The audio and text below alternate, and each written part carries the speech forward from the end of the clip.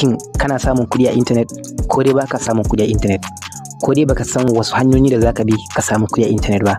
Dan uwa barkanmu da warhaka. So yau zan yi magana ne akan wato hanyoyi da ake samun kuɗi a internet, wato ga sunan kamar haka. Yanda kuke ganin su a rubuce, wayannan su ne hanyoyi da ake samun kuɗi da su a internet. Wayannan cikin 100 kenan, wannan wato su ne kashi 70 da ake samun kuɗi da su a internet.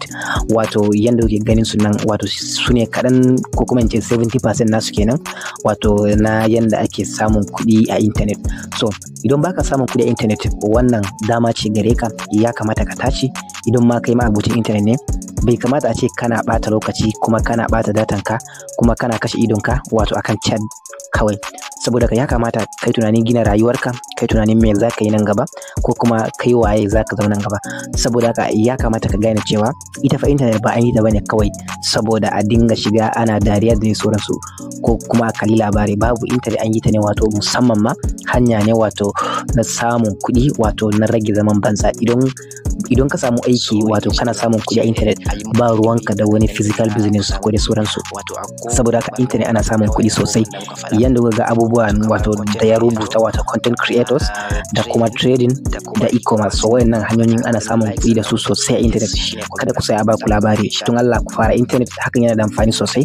Kuma ko ba don kai ba ma, wato za ka amfani mutane nan gaba. Wato shi ilimin internet wato abu ne mai zurfi wanda kai ma in ka iya, dole ne kai ma ka koya wani nan gaba.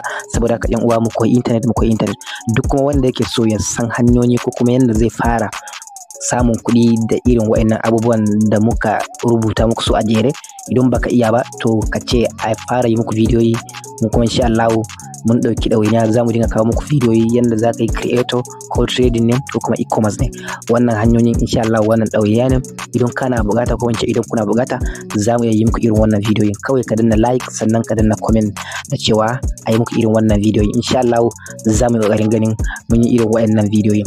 Internet ana samun kuɗi sosai saboda akwai mutane da suke samun millions of naira internet. Saboda haka idan ka fara samun kuɗi internet, yadda nake gaya maka, ba ruwanka da wani aikin gwamnati da sauransu, ko kuma kana zuwa kana ɓata lokacinka akan wasu harkoki wanda ba su kai sun kawo ba.